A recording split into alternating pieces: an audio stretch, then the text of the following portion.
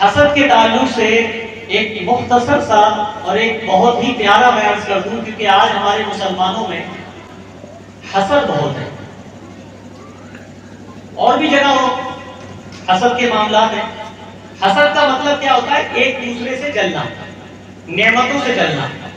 یہ بہت ہو چکا ہے، علماء کی کیٹیگری، عوام کی کیٹیگری، پڑھے لکھے لوگوں کی کیٹیگری، آپ بزنس مین میں دیکھ لیں، دنیا کی کسی شعبے میں دیکھ لیں، یہ بیماری ایسی ہے، سب کو نہیں ہے، کچھ لوگوں کو ہے، سب کو نہیں ہے، کچھ لوگوں کو ہے۔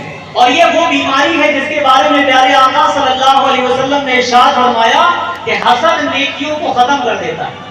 جیسے آگ لکڑی کو کھا جاتی ہے، آگ لکڑی جو ہے کیسی ہو جاتی ہے، لکڑی آپ جلاؤ ختم، راکھ، ایسے ہی نیکیاں ختم ہو جاتی ہیں۔ حسد بہت خطرناک بیماری ہے، اور یہ حسد ایسی چیز ہے، یہ آدمی کو اندر سے ہوتی ہے، یہ اوپر نہیں دکھے گی۔ ہو سکتا ہے آپ کے پاس میں نماز پڑھنے والا وہ حسد کر رہا ہو آپ سے، دکھتی نہیں ہے، یہ ایک دوسرے پڑوسی سے پڑوسی چل رہا ہے آج۔ آئیے میں آپ کو حسد کے تعلق سے ایک مختصر اور بہت ہی پیارا واقعہ، اور آپ سے عرض کروں گا کہ نیکی کی دعوت کی جو بھی بات سنیں دوسروں تک پہنچانے کی کوشش کریں۔ میرے آقا علیہ السلام کی حدیث پاک کا مفہوم ہے بلغوا انی ولو آیا، میری طرف سے پہنچا دو اگر ایک ہی بات ہو۔ تو علماء کی باتیں، بزرگوں کی باتیں ہمیں دوسروں تک پہنچانا چاہیے۔ کہتے ہیں، اور بہت توجہ، اب آپ کی پوری اٹینشن چاہیے مجھے، اٹینشن رکھیں گے تو بہت توجہ کے ساتھ آپ سن سکیں گے۔ ایک بادشاہ کے دربار میں ایک درباری کو بڑا مقام حاصل تھا، اور بہت سے درباری تھے ان کو وہ مقام حاصل نہیں تھا۔ تو جو بادشاہ کے قریب میں بیٹھ کر، جس کو بڑا مقام، بڑا منصب ملا ہوا تھا، بادشاہ کے قریب میں بیٹھ کر وہ لوگوں کو نصیحت کی باتیں بتایا کرتا ہے۔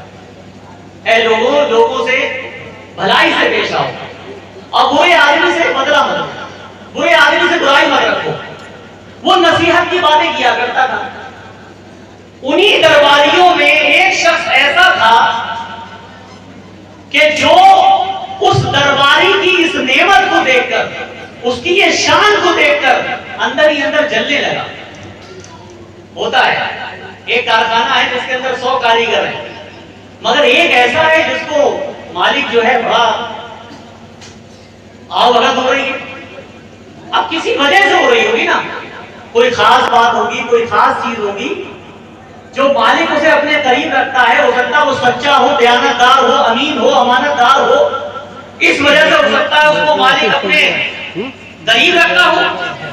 اب یہ ہر جگہ کے معاملات ہو سکتے ہیں۔ تو ایک درباری بڑا مقام حاصل رکھتا، مگر ایک درباری اس سے جلنے لگا۔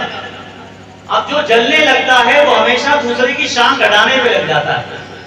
یہ یاد رکھیے گا کہ جو آدمی کسی سے جلتا ہے تو یہ چاہتا ہے کہ اس کی عزت کیسے ختم کریں، اس کا مقام کیسے ختم کریں، اس کا مرتبہ کیسے ختم کیا جائے، یہ اتنا اٹھ کیسے رہا ہے، اس کو نیچے کیسے لایا جائے۔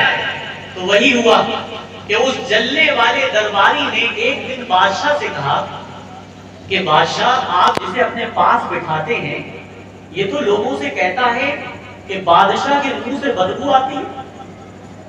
تو بادشاہ کہنے لگے ایسے کیسے ہو سکتا ہے، اتنا نیک آدمی، اتنا اچھا آدمی، یہ لوگوں کو نصیحت کرتا ہے، میرے دربار میں کھڑے ہو کے اچھی باتیں بیان کرتا ہے، آخر یہ ایسا کیسے کہہ سکتا ہے۔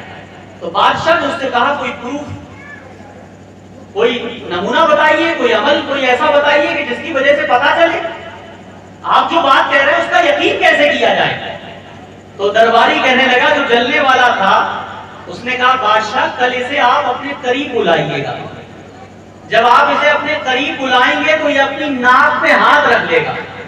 کسی کو بدبو آتی تو کیا کرتا ہے انسان، اپنی ناک دبا لیتا ہے، ایسے رکھ لیتا ہے ہاتھ، بدبو آتی ہاتھ رکھ لیا اس نے۔ تو اس نے کہا کہ جب آپ اسے بلائیں گے تو یہ اپنی ناک پہ ہاتھ رکھ لے گا۔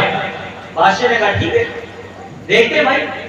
دوسرا دن دربار لگا تو اس درباری نے کیا حرکت کری، دوسرے دن سے پہلے ہی اس نے اس آدمی کی دعوت کر دی جس سے وہ جلتا تھا۔